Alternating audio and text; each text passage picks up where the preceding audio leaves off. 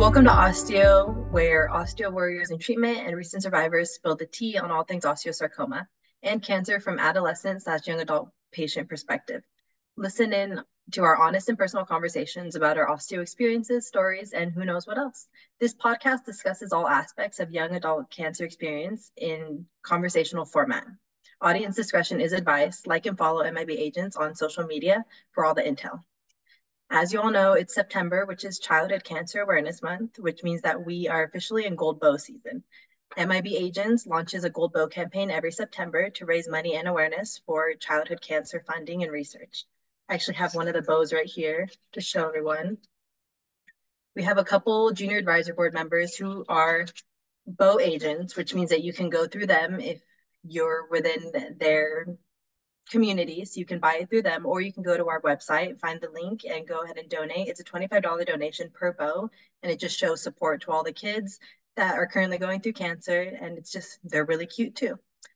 I'm Sammy. As you can see, my co-host Mia is not here. Unfortunately, she's under the weather, but we have Mackenzie, Sloane, and Penelope here. We'll start off with our first segment, What's the Tea? No, like literally, what's the tea? We're going to go around, talk about what tea or beverage we're drinking, and tell you guys a little bit about ourselves. So my name is Sammy. I'm 22. I'm from Redlands, California. I've been continuing my degree in biology, and I'm currently the president of the Junior Advisory Board. I was diagnosed when I was 19 in August of 2022, and I underwent the limb salvage surgery in November of 2022 and then finished treatment in May of 2023. Right now I'm drinking, since it is kind of hot in California, I'm drinking cranberry juice with chia seeds. I already tried it, 10 out of 10. I love cranberry juice, so I'm a little bit biased, but I'll pass it on to Mackenzie. Hello, my name is Mackenzie. I'm 18 years old, a senior in high school, and I was diagnosed when I was 14 in 2020, and I did limb salvage, and I've had at least 6 surgeries on my leg now. We started with cadaver, and then we ended up having to switch to a metal rod. And I'm drinking sweet tea that is decaf for my heart and fake sugar for my diabetes, and I'll pass it on to Sloane. Hi, I'm Sloane. I'm 19. I am from Chicago, but I am currently living in DFW, Texas, because that's where I go to school. I'm a vocal jazz major and I'm in my second year. I was diagnosed in December of 2016. Um, when I was 12, I had a limb salvage and went through full MAP chemotherapy, and I have luckily been NED for 7 years as of August, which is really great. Last year, I went through the process of having an elective amputation, which I am very glad to say has been very successful. However, I do need a revision on it, so I am in the process of fixing that, but so far, been pretty okay. And I'll pass it on to Penelope. Hi, my name is Penelope. I'm 22 years old and I'm from Dunwoody, Georgia, and I live in Atlanta now for school. I was diagnosed in November 2022, so we're coming up on 2 years now, and I underwent my mainline chemotherapy treatment in spring of 2023, and I took time off of school for that and did my limb salvage in summer 2023, and then was able to go back to school that fall, but then I did have a relapse in November of 2023, and I'm still undergoing treatment for that and some other metastases. But I am in school while I'm doing treatment. And what I'm drinking right now is a plastic water. I know, not that great, but it's from the Mitski concert that I went to last night. And so I feel like that's a little bit more acceptable. I'm just finishing the water bottle, you know. Um, but normally I always drink out of my reusable water bottle. Don't worry. That's okay. I love that you're having fun water. It's not just normal water, it's concert water. So it's Yeah, just like concert water. next level up. So We'll start with the first question. How old were you guys, slash, like what stage of schooling were you in when you were first diagnosed? I was diagnosed after my sophomore year of college. And again, I was 19. And for me, I actually did have to take a gap year from school, which wasn't ideal. Obviously, kind of set me behind. I don't like to say behind because everyone's timeline is different, but that's where I was at when I was diagnosed. If you guys want to share about where you were at, like age wise, schooling wise, that'd be really great. I don't know who wants to start. We'll start with Penelope, actually. I was 20 when I was diagnosed, and it was at the end of my first semester of my third year. And I was supposed to do a study abroad in Paris that next semester. So I had been looking for housing. I was all figured out with planning on going there. I was supposed to do an exchange at Sciences Po University in Paris. And in a way, it kind of worked out because I already was planning on not being on campus. That spring, obviously being in the hospital was not as fun as Paris, but it was like a pause in school that was kind of facilitated by the fact that I was already having these plans to do something else besides being on campus. Um, and so I didn't have like a lease or anything I had to figure Mhm. out. Um, and on that fall, like I said, I was able to go back to school. So now I took one semester off and I'm finishing up that undergrad degree right now. So I'm in my fifth year, my last semester. Um, but I was really lucky because I live in Atlanta. Like that's where my parents' house is, and I go to school in Atlanta. And otherwise, that would have really like thrown me off in so many different ways, like sports Mhm. system wise, and just my ability to like, go to treatment and go to school at the same time. So I was Yeah, lucky with that in that I way. know. Cancer stepping in the way of pears, though, that's so foul. That's so foul. I know, But literally, like, come on. mhm.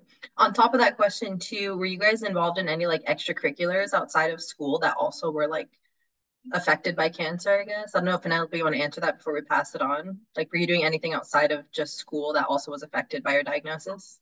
Yeah, I can go ahead and share mine before everybody else goes around and finishes their story. But I, the year before, I had been a cheerleader at Georgia Tech. Um, I had quit like cheer outside of the fact that I had Mm, cancer, which is lucky because if I had been trying to cheer on a leg, my original tumor was my left distal femur. And if I had been mm, trying to cheer on that leg, that I probably would have had like a really different outcome in terms of diagnosis and even like possibly breaking it. And so it's like kind of scary to think about. But I also mm, was involved in tour guides. So like I would give campus tours and I loved mm, doing that. But I haven't been able to return to that just because I just can't walk so far every single time. mm, Um, although I would really like to get back to that. That's mm. it's not something that I've been able to put back on my plate. Yeah, no, the lasting effects of our disabilities, I think it's something that we kind of all just have to come to terms with, but it's Yeah. also something we all share in common, so we understand each other. Yeah. Sloane, do you want to go ahead and share your story next? Sure. I was diagnosed 2 weeks after I turned 12 in December, so I was halfway through sixth grade. Um, and the second half of the first semester, like, was when my family really started to notice that things were wrong. So I started getting tested and all Mhm. of that. And I had doctor's notes that kept me out of PE because I was like, I can't run, it hurts, help. Mhm. But my parents were kind of in the thought of like, you know, we'll let you have this, and then when you go back to school in January, it'll be fine.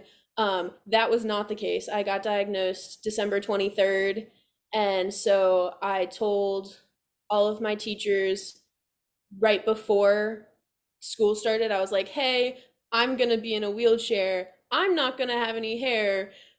I'm going to be in and out, like all of that kind of stuff. But I was, luckily, since I was in sixth grade, I was able to Mhm. keep in school.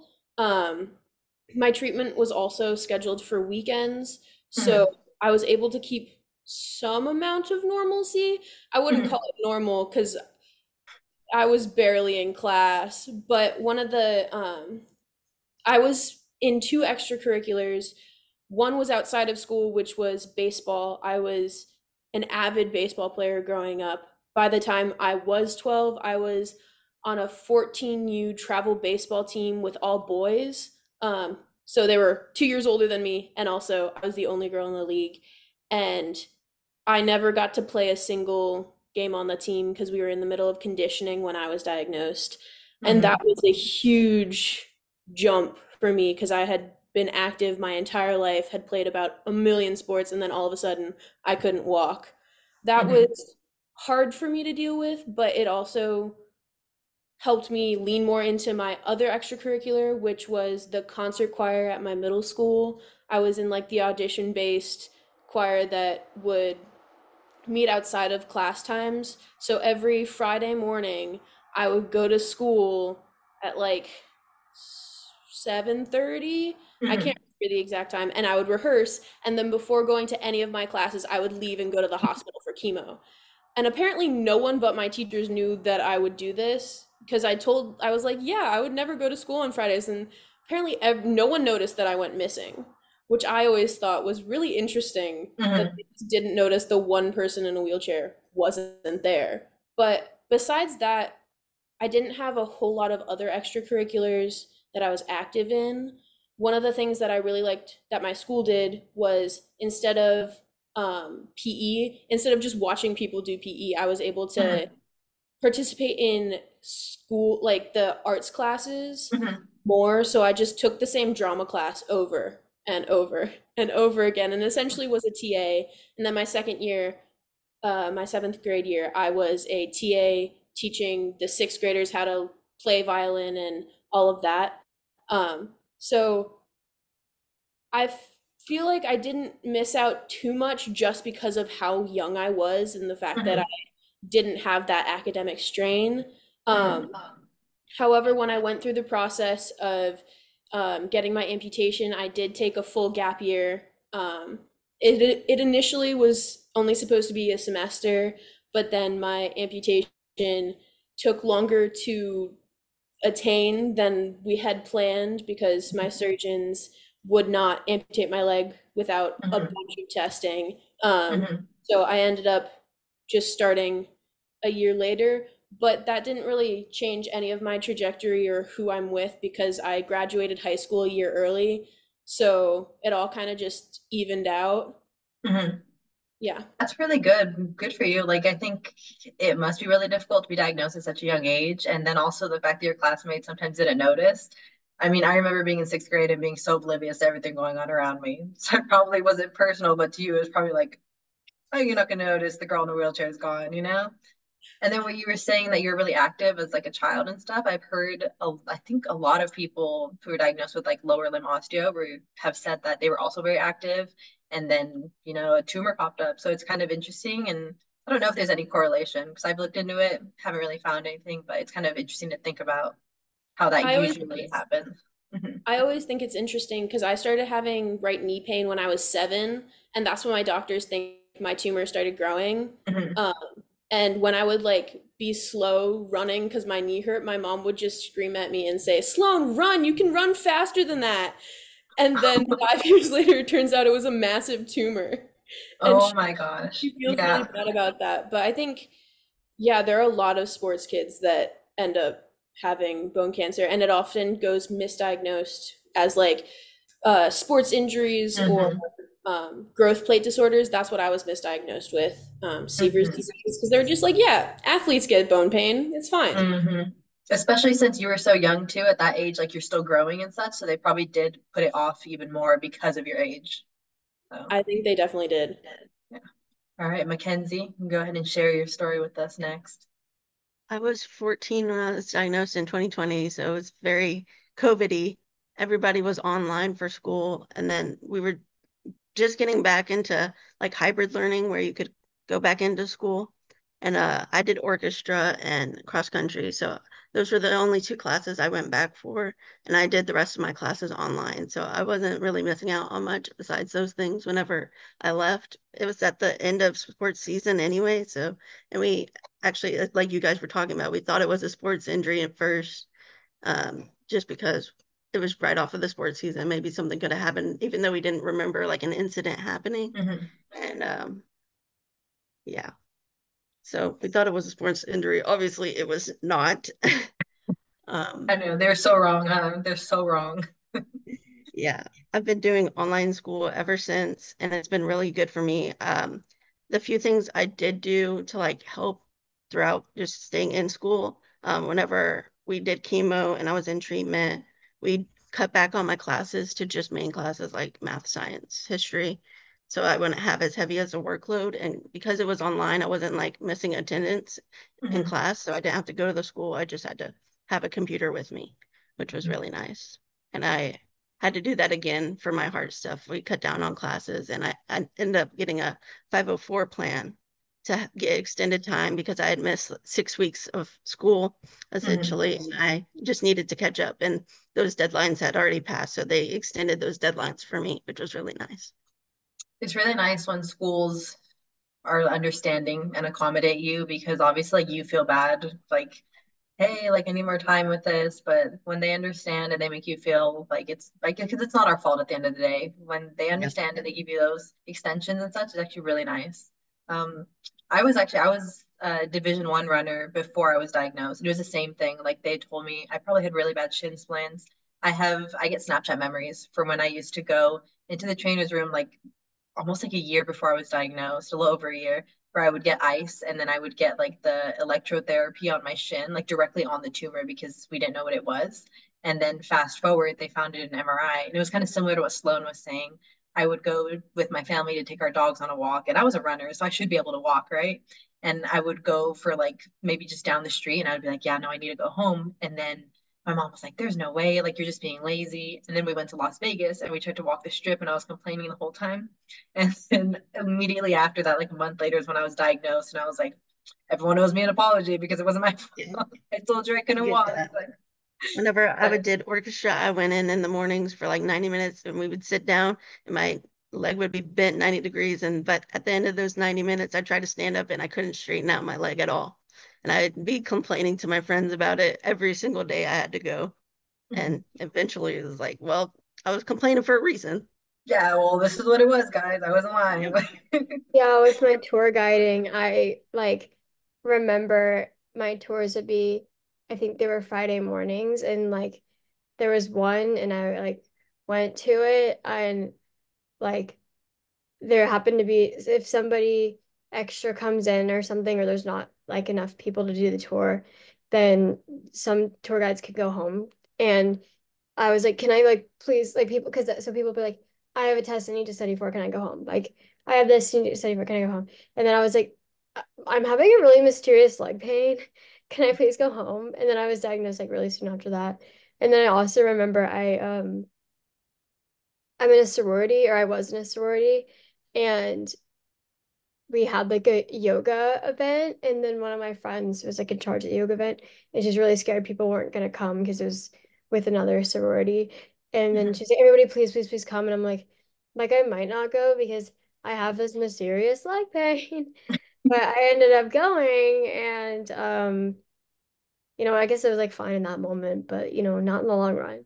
The mysterious leg pain, let me tell you. I Yeah. think all of us dealt with it for a long time before it was diagnosed, Mhm. which is really unfortunate, but I feel like that's how most people's stories are. So I think most of us are kind of like going back in person right now. I know Mackenzie right now, you're also like actively dealing with other health stuff because of treatment and cancer, and so are you, Sloane. So what is it like to go back in person? Like is it the same? Like are there any concerns? Like how do you guys feel going back and being around all these people after everything that you had to go through? Mackenzie, you want to start us off? I'm still online right now, and I'll probably do like a hybrid in college, but Mhm. I didn't, I don't know. I have like this superstition that every time I try to go back on campus for school, that something bad happens. I don't know. It's probably just me being irrational, but sometimes, like the last day of school, I ended up in the hospital like last year, and then this year, literally the first week of school in the hospital, and I'm like, come on, guys, really? Body, No, why are you messing up right now? I know. It's We're like, please first just week. cooperate. Yeah. No, but it's so valid to have those concerns linger. Like, I think all of us are always like, we start to get comfortable, and then there's like that fear of like a what if, because it's Yeah. happened to us already. Some people more than others, unfortunately, and it's just we never stop worrying, which really sucks. But I know you were able to go to like your senior, what was it, your senior sunrise or Yeah, yeah, prom and yeah, then prom, and then senior yeah. sunrise. Yeah. How was going to that? Because I know you said that you were mostly online, but you were able to go in person with Mhm. your classmates, right? Yeah. I go to like the virtual events and stuff when I Mhm. can, but usually they end up being on an appointment day or something, which kind of sucks. But Yeah, yeah. appointments, throw kinks in our schedules for sure, and it's inevitable. It sucks. That's just the reality of being a cancer patient. Like, what about you, Sloan? How was it going back? Because I know you were also really young. Sorry, but also right now you're dealing with like their leg pain and such. Like, what's it like going back? And maybe you can tell us about your like difficulties on campus with accessibility. Yeah. So going back, since I never like fully left, it was a lot easier in middle school to just kind of continue on just being at school more, especially since it wasn't like a massive school. All of the teachers knew what was going on because my brother was also in the school while I was in treatment. So some of them knew him and knew me through that. So that wasn't really an issue. High school, once I got to high school, it was a little bit more of an issue because I had a very inaccessible school. It was kind of grandfathered in. It was a really old building, 8 flights of stairs, 4 stories that had like 12 massive ceilings, all of that. Oh my Um, gosh. so I didn't realize this at the time, but I made a lot of adaptations to my daily activities based upon my pain level. But since my surgeons had been like telling me, "Oh, your leg's fine," I kind of gotten into this state of denial where I didn't acknowledge my pain. But looking back, I was like, "Oh, I didn't go to lunch with my friends because I didn't want to walk up and down all those stairs. I would find like the fastest ways and the most convenient ways to just be in spaces, so I spent a lot of time alone and all of that, which looking back, I was like, maybe it wasn't the best choice, but I think for my pain levels and to be able to actually get through my Mhm. long days, it was really helpful to not do those things. Mhm. Um, and now in college, it's definitely a bigger struggle. Um, because I just have to work so much harder to do anything. Um, it's like I have to communicate with all of my teachers about my disabilities and the accommodations I need. And then I also have to deal with any prosthetics stuff, pain stuff, wheelchair stuff on top of just going to school and getting everything done. So I think one of the hardest things mentally to deal with is just knowing how much harder I have to work than my classmates, Mhm. even if I'm not necessarily accomplishing the same amount of things that they are. I know technically I'm doing more, but I don't know. Another hard thing is college accessibility and offices of disability. Mhm. My college like advertises itself very much as we're super accessible, one of the most accessible in Texas. When I was auditioning, they were like, yeah, just use the bus system to get around if you can't walk. Turns out the bus system only goes around campus, and it's a 44,000 undergraduate campus, so it's massive. Mhm. And so I can't get around even if I had a prosthetic because the classes are just so far apart and we have 10 minutes to get across campus, which does not work. Um, so I think just in general, do a lot of research on campuses and also try and talk to people who actually have disabilities and go to that school because I didn't do that and I wish I had. Um, and then also just advocate for yourself so much. Like if your disability coordinator or whatever is not like listening to you, request a different one. Mm-hmm. Talk to their superior. Do Yeah. whatever you need to be able to actually accomplish your academic needs because that's what you're there for and you deserve that. Mm-hmm. And some people don't expect that to be a thing for disabled people, especially somehow in the Office of Disability. Don't know how that works, but Mm-hmm. I think that's the main thing that I think people just need to be prepared for is to talk to as many people as you need and be prepared to just talk and advocate and make people listen to you. Yeah, absolutely. At the end of the day, sometimes it's hard for us to speak up because I think, like, personally, like, sometimes I'll be a people pleaser. Like, I don't want to inconvenience you. But at the end of the day, it's not disrespectful to advocate for yourself or to speak up or to tell people when you need a little bit more help or when you can't get to this class because of this. Or I know at my old campus, it was not really accessible, but at the time I was able-bodied. Looking back on it, I don't think that I would have had the same experience if I had gone to that school with the disability that I have right now. And it is really unfortunate. And like Harry was saying, some schools market themselves as super accessible. And then at the end of the day, it's really not like that because they kind of just want students to come. So it's super important, do the research. Like how you were saying, it's okay to reach out to people and other people that are disabled on campus will probably give you a more honest rundown of accessibility than the staff do, unfortunately. So super important. What about you, Penelope? How is it like to go back to school in person and be able to maybe do some of the things you would do prior to your diagnosis, even if it's not to the full extent? Yeah, I was actually just making a note of something I wanted to remember to talk about. But so when I first went back in fall, I think summer 2023, I was still undergoing treatment and doing my limb salvage. I took two online classes, and that was a kind of a good introduction back into, like doing assignments and stuff. Um, Throughout it all, like the past 4 semesters, including this one, I've always told my professors like immediately, like upfront, like what I'm going through, and like just been very communicative with them because there's that's just definitely the best way to do it as much as it can be. I had another friend who goes to Georgia Tech, and she recently passed away, and she when I first met her, she had had some trouble like sharing her diagnosis with her professors, even if it meant getting more help, because it's just kind of daunting to like share such a big thing with somebody. But for me, it's like I was on crutches, and so it was like I obviously had to um like tell people. But so I went back in person in fall 2023, and I had just finished my last round of like mainline chemo, and I had a big gap between my last round that I had my fifth round in May, I think, surgery in June, and I didn't have my last round of mainline until July. So my hair had started to grow back. And then I lost it all again right as I was going back to school. And I didn't know if it would all fall out. So I was walking around with like balding patches and not realizing it. And so that was a little bit traumatic, like going back into school. Um, I was helping with sorority recruitment. Like I said, I was in a sorority, and I was we call them recruitment counselors, to help the new girls who are going through recruitment like find their sorority.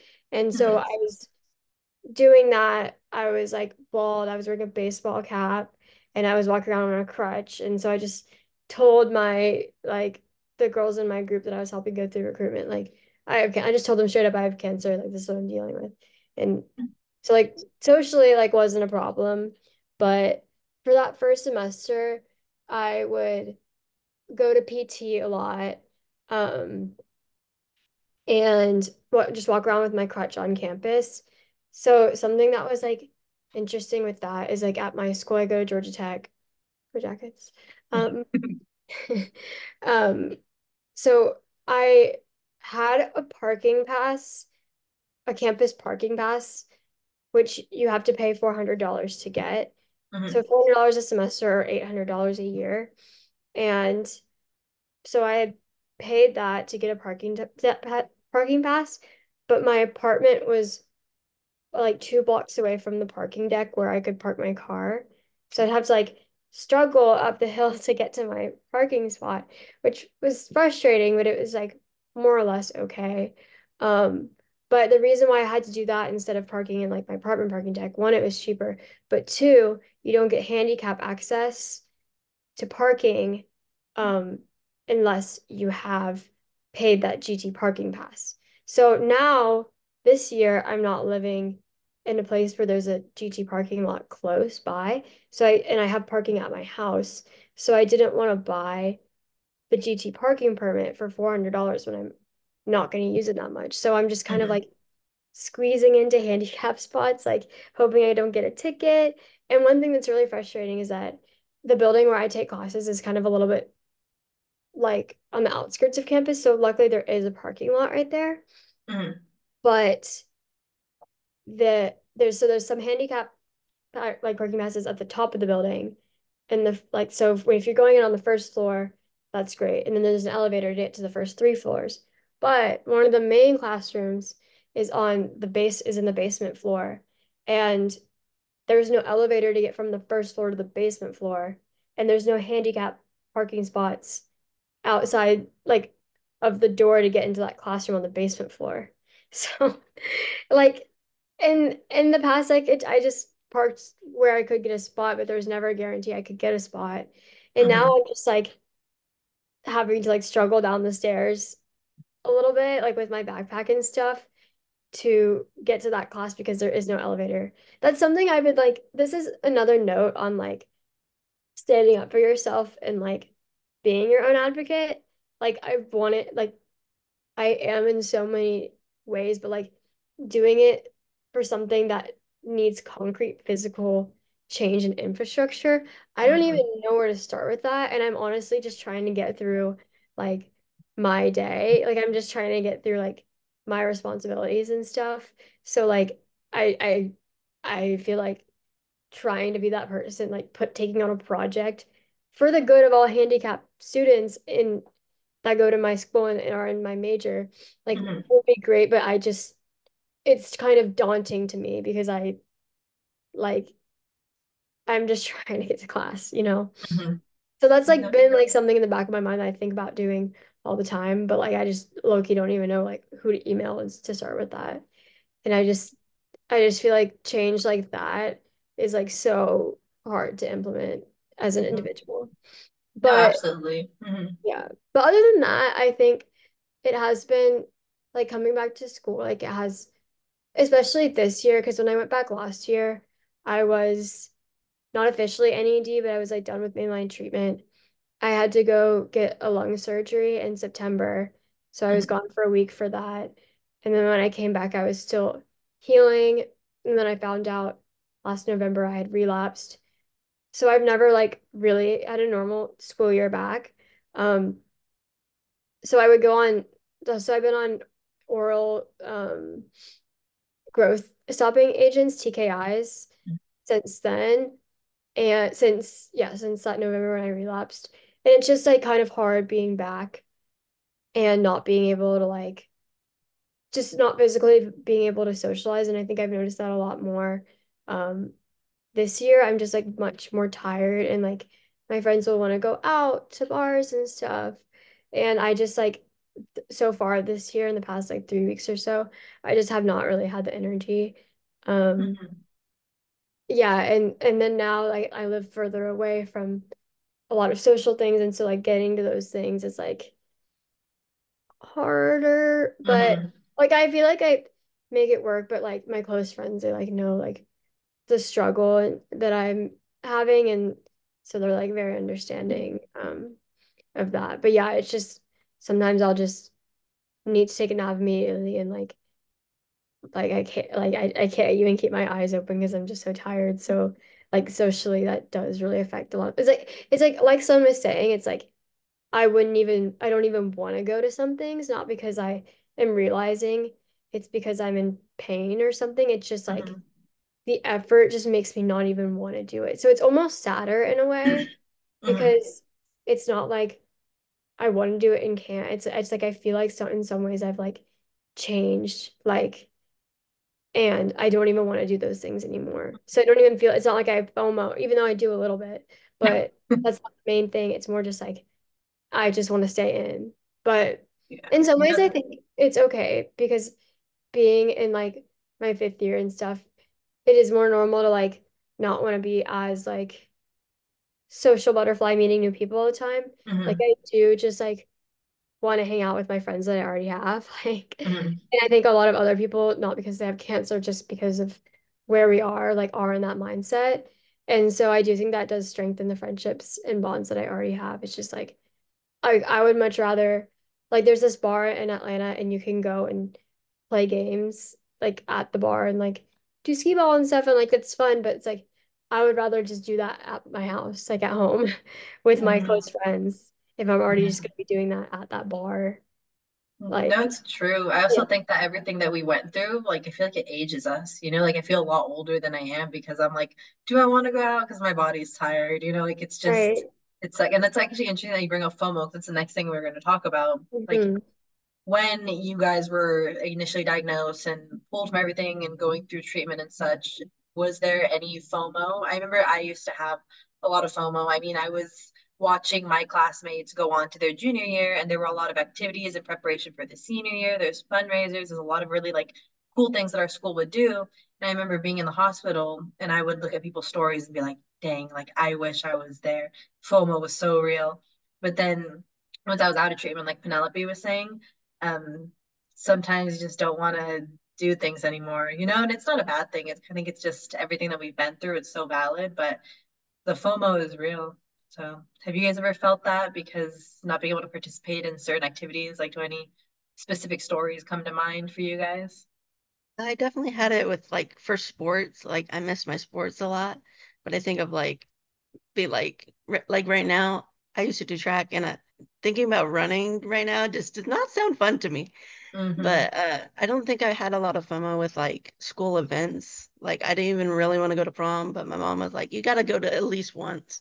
But I don't Mm-hmm. know if I'd go again because it's just like dancing's not my thing, and Mm-hmm. people are not my thing.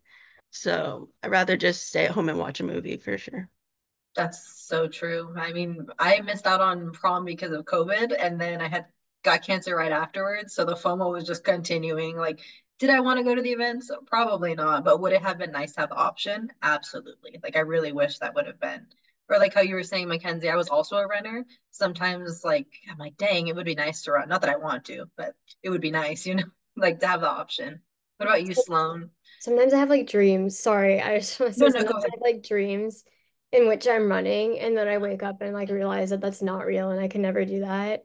And I'm I like, have I have dreams like that all the time. It's actually really funny. I text Kerrigan about it all the time because for some reason she's like one of the main characters. Not for some reason, I think just because Kerrigan's my girl. I see her in a lot of my dreams, and in a lot of them, it's so funny because we'll be like running around or just doing simple things. Like I think in one of my dreams, I was like jump roping or something. It's just like little things, and you wake up and you're like, oh, like I can't even skip. I just found out the other day I can't skip because I saw someone else doing it, and I was like, dang, I can't do that. FOMO because of skipping.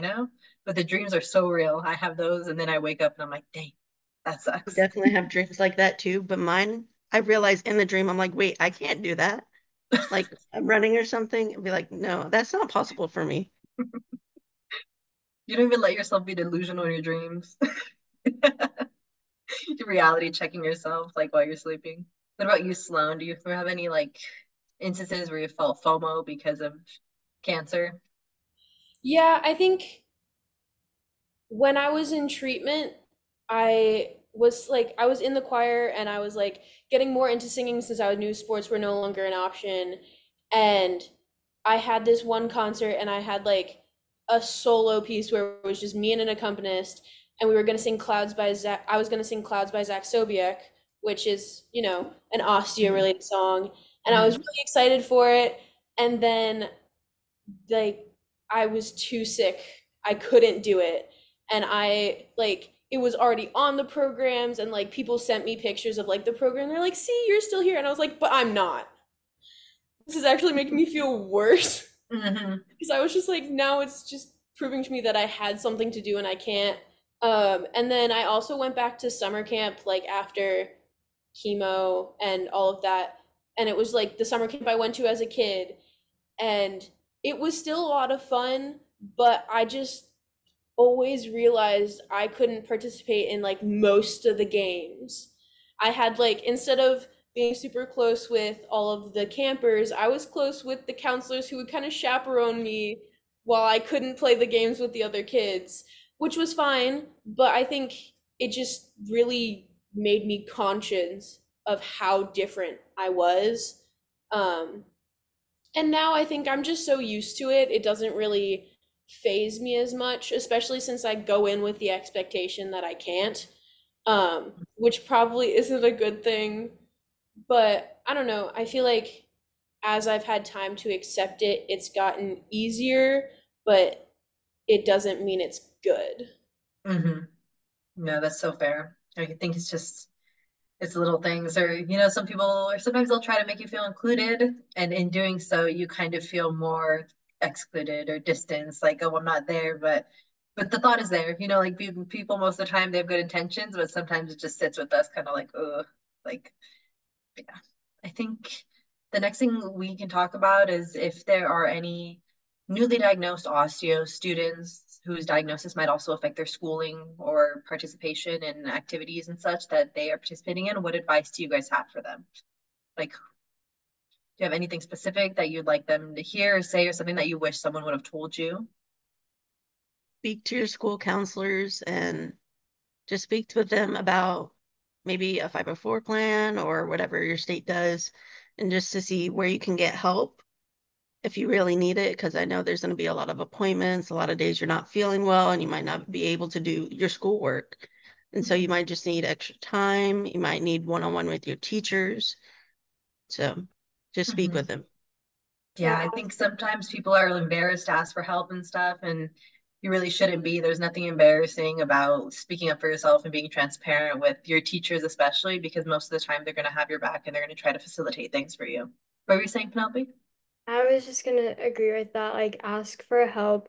And if you're in a period of time where you're transitioning from high school to college, like, just like absolutely talk to your professors and keep that line of contact from the get-go and keep it open by just continuing to like talk to them about when you need to miss class and like communicating and like when just like I know like some of my professors, like even after I'm out of their class, they like want to keep up with like how I'm doing, and I do find that support very like touching, because they like it makes me feel like they do care, and they do, especially in college when they know like your ambitions and stuff, and they know like your personality, and you do have like you have these people that usually want to look out for you. I know sometimes maybe in the bigger freshman classes, it can not be like that, but like it still applies. Like they want to see you succeed. And if Hmm. they don't, that's when the Office of Disability Service gets involved. Um, Hmm. and also just for those people who are going into college, like yes, sometimes your parents like can get involved, but it is much more powerful coming from you. Um, and I think can be more helpful because you're the one who knows how you feel and not your parents, and like you're the one who knows these professors and not your parents. So like kind of jumping out of the nest a little bit and like talking to your professors yourself is definitely important. Hmm. Absolutely. Like, just from the jump, if you're transparent with your teachers, professors, counselors, and such, like, you're going to have an extra community of support. Because personally, I have never had a professor or a teacher that hasn't been willing to work with me because of my diagnosis or because of treatment or because of anything that goes on during or after cancer. So it's really, really important to just be open and speak your mind. And like Penelope was saying, like, it's really nice when your parents also have like touch base with them, but it's so much more impactful when they hear it like from you, because then you build that kinship and that confidence with that person, and they'll continue to support you, like Penelope was saying, like even beyond once you leave their class sometimes too, because they grow to care about you and they want you to succeed. What Yeah. about you, Sloane? Oh, wait, no, go ahead, Oh Penelope. no, I was gonna say I think it can be like a lot of us since it is a pediatric like disease are used to like our parents being our advocates, but in college it's like that's your first step of really being an adult. So like doing that yourself is very important. At least when it comes to talking to your professors, like ODS and stuff, that's like a still do that yourself, but also I can understand more if your parents want to be involved in the ODS conversation. That's different. Yeah, it feels so empowering too to like it's my stuff and I'm t here telling you it's coming straight from you. I'm sure it means a lot. Personally too, if because I know some people are more shy or more introverted. If you have like a close friend, maybe they can go with you to talk to your professors or talk to your teachers, and it doesn't have to be your parents. It's just whatever your comfort level is, but definitely speak up for yourself and do that from the jump because it'll be really good for you in the long run. Oh, and on that note, I always email my professors. I don't go up to them in person and trauma dump on them, which is like Oh. not trauma dumping. But like it's just that I find that very daunting. So I email them and tell them about everything rather than going up to them in person, which you so can do that, and that's so Mhm. appreciated. But for me, that's just a little bit insurmountable, that idea of it. Also, I didn't get to answer the FOMO question, but I want to hear Sloane's advice about for newly diagnosed osteo students. But if we have time, I would love No, to absolutely. hear Yeah, about yeah. that afterward. Mhm. Yeah, I think my advice is similar to everyone's. Communication is so important, but I think going further than that, like having conversations outside of just your disability with your professors and the people who help you at school makes them so much more willing to help you. I find like if I'm just like, hey, I need this, and then never speak to them again except for when I'm reaching out for help, it makes it a lot harder for them to just be like, oh, they're asking for another thing and another thing. But what I found is like, since this year I can't walk at all, my school has two practice buildings for music majors, and they have no elevators, no accessible doors, no accessible bathrooms. So essentially, I can't practice on campus unless I Mhm. get lucky and get one of the like 20 that are on the first floor, but no one likes to go upstairs apparently. So they're always full. So I reached out to like my voice professor and I was like, hey, I don't know who to reach out to. Will you help? And within an hour, she had been on a phone call with the like with the dean of operations for the College of Music, and like they're getting me my own practice room in that building, which doesn't solve all the problems, but solves some of the problems. And I guarantee you that if I had been more of a nuisance in her classes and I hadn't like shown myself to be reliable, at least in some amount, I think it wouldn't have been such a quick turnaround of on the phone within an hour getting responses. Um, so I think having that communication and also just keeping yourself as reliable as possible when you can, setting those expectations of when Sloane's at school, they're doing great. But then if they need to step out, then they know I am able to get the things done, and it makes it a lot easier for them to trust that I can do things with the accommodations that they set and I'm not just asking for too much. No, that's a Especially really good point. Mhm. I think that especially goes for people who are out of treatment, because somehow people think that cancer stops immediately when treatment stops, which is completely untrue. But if people have that inherent belief, it's a lot harder for them to take you seriously when you ask for these accommodations. But I think it also still goes for when you're in treatment. Like, I kept very clear expectations, and my parents did, especially since I was so young. During treatment, I kept very clear expectations of what I was able to do so that I wasn't being asked to do too much and then I was failing, but I also wasn't asking to do nothing and then just getting a passing grade. Mhm. No, that's super true. Like it's like I was saying, you need to kind of put forth effort too to show that when you are there, you're reliable and you get things done, so that when you aren't there, there's some more open to being lenient and working with you. But going back to the FOMO question, Penelope, I do want to hear from you too, because I know that you're also over 21 and it is a lot different now too. Our generation, sometimes they'll go to like raves or clubs or bars, and sometimes we can't do that. So there's FOMO surrounding that too. And it's like, I'm out of treatment. You're currently still in treatment, so it is a little bit different, but what is your experience with like FOMO? Yeah, I think that I definitely have like FOMO and sort of like a smaller like social scale, just if I'm not able to make it out to certain things. I think that I am lucky, like sometimes I am able, like I walk and stuff. I don't like Sloane, they have to use a wheelchair, and so I think that can definitely be harder, just like if you socially do not have access to, like physically do not have access to so many social spaces. I definitely have a lot of empathy for that. But I um I think that my FOMO is honestly sort of on like a bigger existential level, because a lot of my friends are graduating and moving to different cities and like moving on to their careers, and that's just not something I can't plan that far ahead. Mm-hmm. Like one of my friends right now is being an au pair in France, and I can't and I would love to do something like that. Like I said, I was trying to go abroad when I got this diagnosed, and that's just not something that I think will be feasible for me. So I do think like that is part of my FOMO, is a lot more just like on like a life life steps sort of scale.